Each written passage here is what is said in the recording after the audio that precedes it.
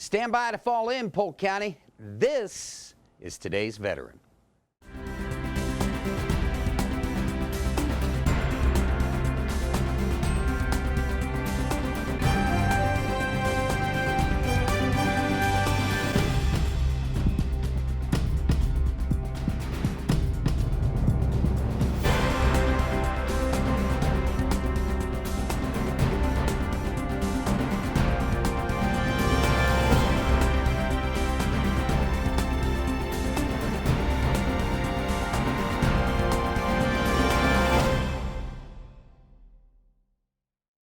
Hello and welcome, and on behalf of everyone at the Polk County Office of Veteran Services, thank you for joining us. I'm your host, Brian Lacey, sitting in for Tim Kirkhart, and on this installment of Today's Veteran, we talk about the Wretched Few. The Wretched Few was originally formed on July 19, 2018 by four brothers that came together one evening with an idea. That idea was to have an organization to promote 22 to None and bring together members that ride. 22 to None is a nonprofit organization who works to raise awareness and provide support to end veteran suicide by helping veterans to continue fighting the fight within. 22 veterans take their life every day due to suicide. The Wretched Few members have taken classes to learn the warning signs of suicide. They believe 1 an hour is too much.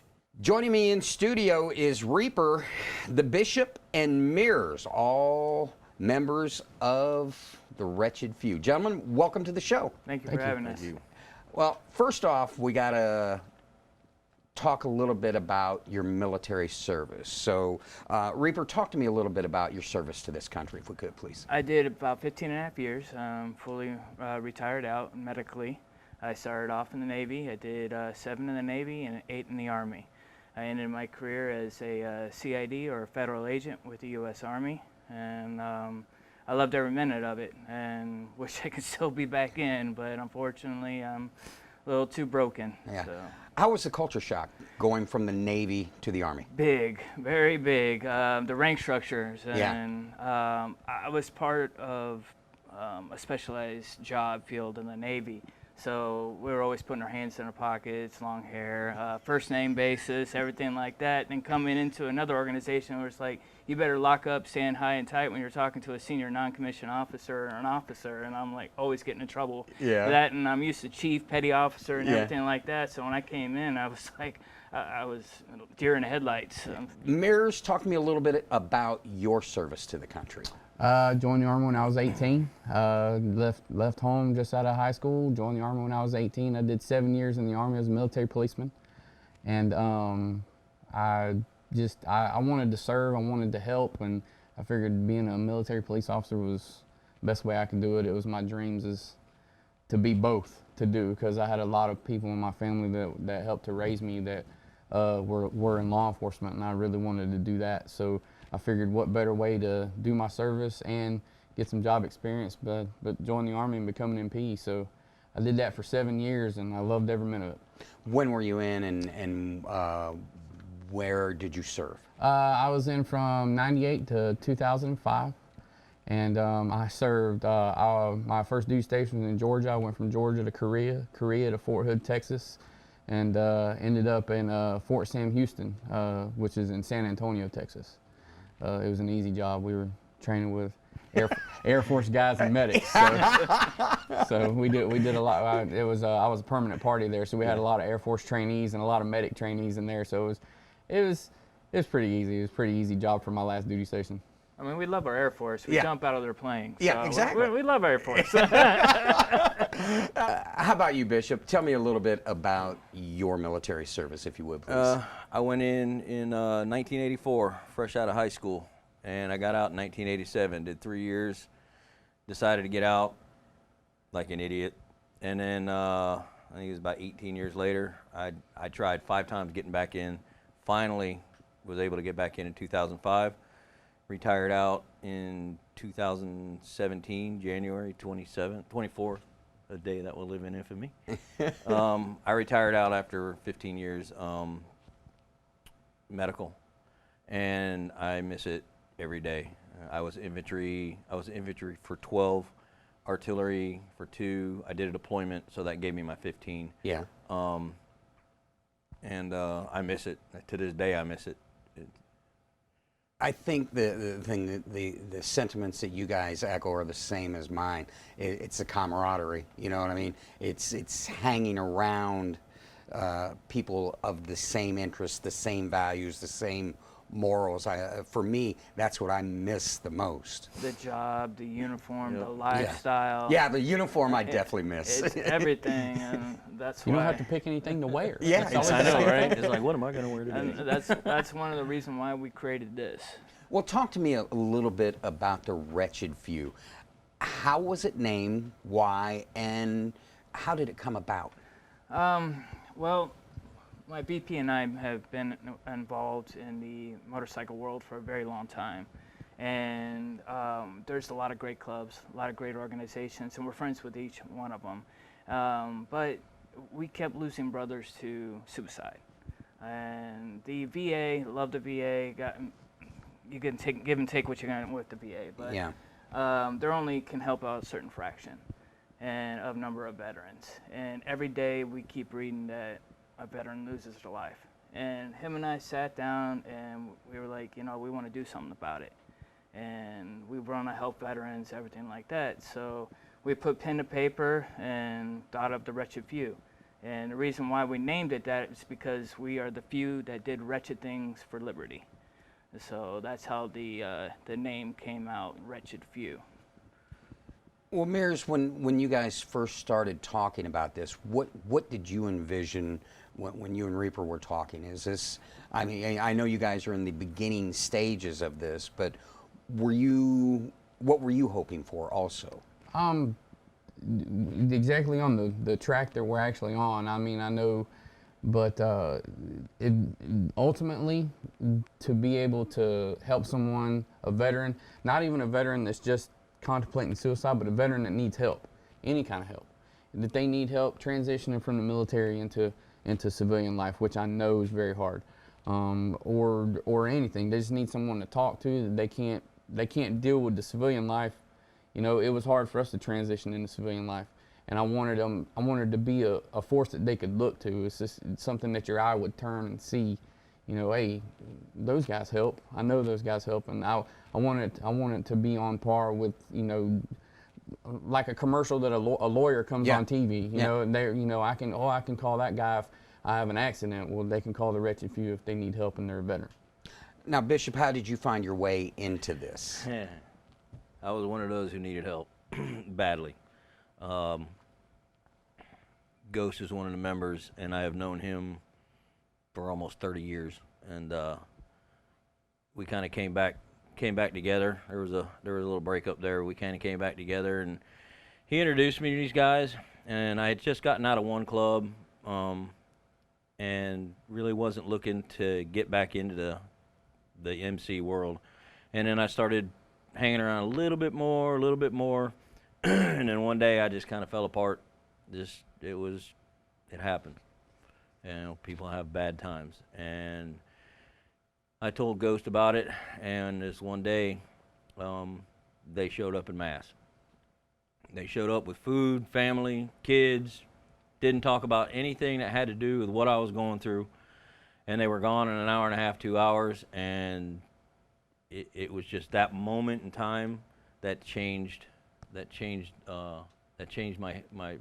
me around, and so I flocked to them, and it's given me focus. It really has given me focus. I don't like not being around them, you know. As you hear all three of us say that we miss the military every day. And when Mears and I created this, we wanted to bring back that feeling of the brotherhood, camaraderie, but also the mission. Yeah. That is one thing that most of us miss, is that mission, the getting ready, the adrenaline rush, everything like that to it. We wanted to create our cuts as uniforms to be worn pride as the members. Each member that puts on the cut feels like they're putting back on their military uniform, that actually serving their country and serving their fellow veterans, and also the first liners. We're actually extending to help them out too. So if they're having issues, because we know firefighters and police officers, they go through and see a lot, and they protect and serve. And they don't have a lot of programs that are geared to help them as well. So we're in the midst of talking to a captain of a fire department and helping instill a program for their organization as well. Well, as the MC world goes, there's such a stigma on it, and you guys are a success story right here with Bishop, and I'm sure there's more to come. But talk to me a little bit about how you deal with that stigma within society. Well, being tattooed as I am, beard, cut on the back, and people who really don't know the MC world, but they see what they see on TV, the Sons of Anarchy, the Mayans, and you know, there's some bad apples out there, but it's most of the club. I would have to say majority of the clubs are there for brotherhood and family, and one of the ways that we want to change the people's perception of us is by the events that we hold and by helping out, and it's really turned a leaf because we do get a lot of phone calls for help, not just veterans, but we also get for family members of veterans and people just saying, hey, I need help. I'm in some trouble. Can you guys help us out? So it's actually, the wheels are turning. Everything is coming around to where people are looking at us and seeing and recognizing our name, and they're not scooting their chair as we walk into a bar or walk into a restaurant. Well, listen, guys, we're going to talk a little bit more about the club and some of the things that you're getting into, and also how folks can join you. So Awesome. Can you guys stick around? Definitely. In the summer of 2006, a group of U.S. military veterans came across the Wreaths Across America website and realized the Florida National Cemetery in Bushnell had not been enrolled to receive wreaths. The U.S. Military Vets MC, with pride and ambition, hosted the wreath laying ceremony that same year to honor their fallen brothers and sisters. Some 13 years later, the event outgrew its original starting point and has since moved to Florida Polytechnic University as a departure point from Polk County. Here's a look at a previous ride to Bushnell.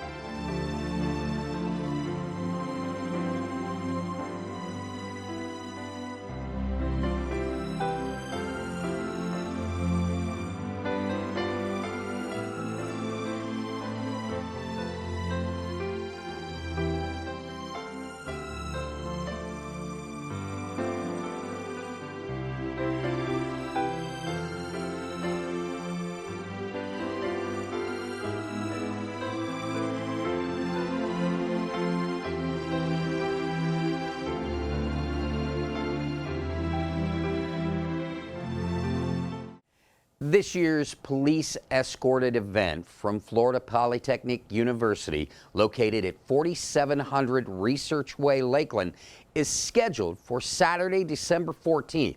Now, they ask that you arrive at 6 a.m. for the lineup, and they will depart at 8 a.m. If you need more information on the ride, you can look them up on the web at www.wreathsacrossamerica.bushnell.com.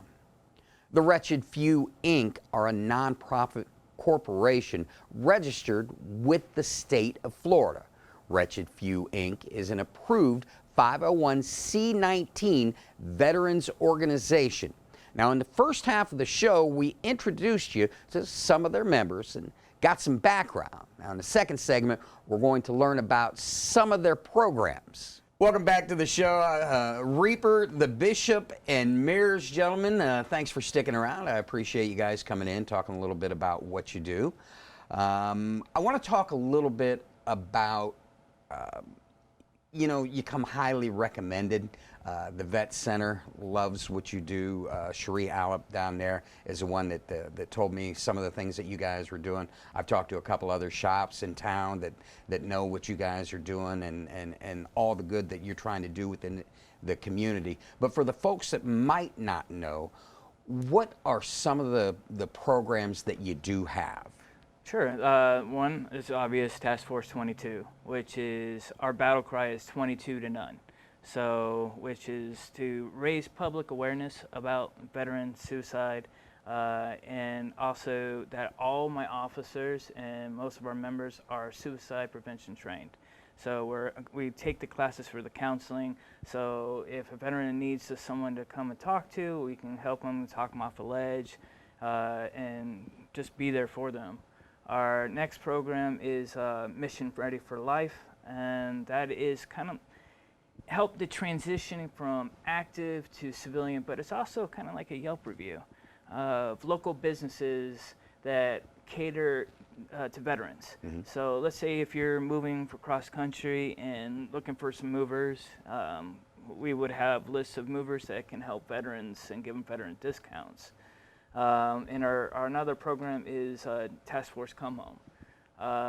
Veterans like myself, who was their service time was used against them in court for family court, and I didn't have the money for attorneys or stuff like that, so we kind of help veterans find lawyers and stuff like that. And just another one of the support programs. But we have dedicated individuals like our VP and our veteran resource officer who's out there on the streets painting it every day, trying to help find additional programs, additional resources that we can do, just not just to help, but just to be a part of.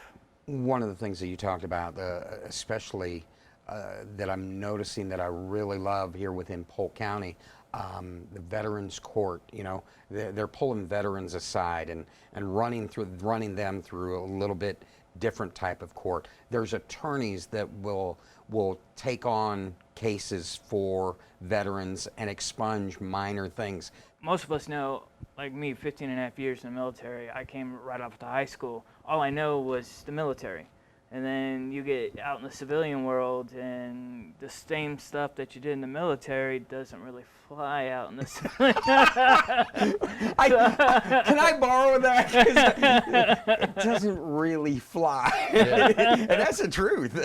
So, a vet might get in trouble, yeah. And it just might be a minor dust off, but normally you would be standing in front of a commanding officer and getting your butt chewed in a push-up position. And now you're standing in front of a judge and facing either some fines or some time in jail. Yeah. Mears, Reaper touched on some of the training that you went through. Talk to me a little bit about how labor intensive it was, and what new members can expect to go through that training. We go through. There is webinars or web-based classes that you take, and they're very, very intensive. They're very, very to the point, and it's a lot of ways to talk to people. Taking people's access to lethal means is one of the classes that you take, actually, and it actually teaches you Like if you have to go and talk to someone, one of the first things you do is like you check the surrounding area and see if there's anything that they would be able to hurt themselves with around them, and kind of try to separate them from it, and then talk them down, you know. Or it's not like a correspondence course like we used to take in the military. You know, you can go through the correspondence course, and yes, I took it. Oh, you get credit for it. It's not like that. Not like that at all. Now, Bishop, Reaper said that, you know, as a veteran resource officer, you're really on the front lines of this. Talk to me a little bit about what the veteran resource officer does for the club. I'm trying to take this position to a whole new level. Basically what it is just collecting a list of different programs, resources, contacts, things like that. So if somebody comes to me and says, hey man, where can I go for this or this or this, I can open up my laptop and be like, this is who you need to call. This is where you need to go. This is what they do. My list is ever growing. It's constant. And one of the reasons that I wanted, they knew before I even became a full patch member that I wanted this position. And because when I was in and I was asking the same questions, where do I go? And I never got an answer. Nobody could tell me where to go. Everybody, the big thing was the VA. Go to the VA. Well, the VA, they got their good side, they got their bad side. Mm-hmm. It's not the VA you really got to go to. It's the little programs that you got to go to. And the reason I wanted this slot so bad was because I have that opportunity now to give those answers. And like I said, my list is ever growing. Cherie is an amazing, amazing person. There's nothing she doesn't know about it. Cherie, if you're watching this, kudos. And it's not for me. The position is not to fix the veterans' problems, but to give them a place to go to get their problems taken care of. Now, one of the things that you guys are actively doing is recruiting, and your recruiting is only as good as your core base. And a lot of people think they're going to come in and, hey, yeah, I'm going to join them. And it's not about wearing a cut. It's about the investment in the club. That's before correct. You even put on the cut. Talk to me a little bit about what those being recruited are going to face. Okay, first off, you don't have to be a veteran to join us. You can be a patriotic American. You have to be wanting to join something bigger than more than just yourself, and more than just putting a patch on your back. You have to have that want and drive to want to be better for your community. And our members coming in, they have a set amount of time for us to get to know them, and what we call a hang-around time. So they're filling us out as we're filling them out. And when they're ready to stand up, they become what's called a prospect. The prospects are given books, basically gets them to learn about us as we learn about them. And then they go into the probate phase. And then the probate phase is pretty much you're learning his job, my job, and everything like that, because basically we're training our replacements. We're going to get old to the fact where we can't ride, and we want to make sure the person below me knows my job as well as I know his job. So if I'm not there, the VP steps in. If VP's not there, Sergeant Arms steps in, etc. It just keeps on rolling down. So we don't treat our new members coming in like dirt. A lot of people worry about the prospect phase. Yeah. We're not going to call you at 3 a.m. in the morning to go get a pack of cigarettes or anything like that. You already went through basics. Yeah, exactly. So you already got the poop kicked out of you. Yeah. So we don't want to make it like that. Yeah. He can elaborate on his time as a prospect in probate. It was horrible. It was horrible. They treated me so good, it was horrible. I was waiting for the other shoe to fall now. Well, we got just a little bit of time left. For those that might be interested in the cause, in helping you in any way, or even joining forces with you, how do they go about finding out more information? WretchedFew.org. There's two sides to the house. The Wretched Few BMC is open to natural-born males, and they have to be on a cruiser-type motorcycle. The Wretched Few Inc. is open to everybody that wants to have the passion to help out. So they would just go to wretchedfew.org. There's an application that they go on there.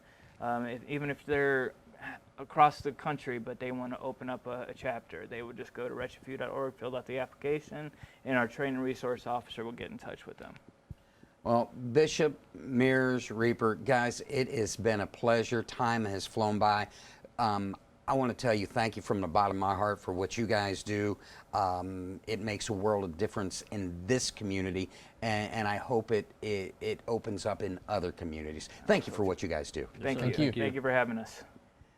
The Wretched Few, Inc. are here 24/7, 365 days a year for veterans. And if you need more information, you can look them up on the web at www.wretchedfew.org or give them a call at 863-703-6537.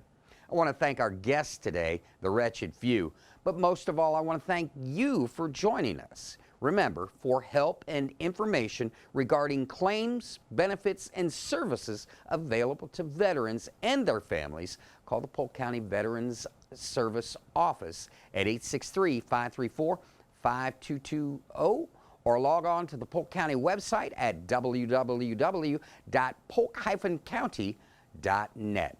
I'm your host, Brian Lacey, sitting in for Tim Kirkhart, and we will see you next month.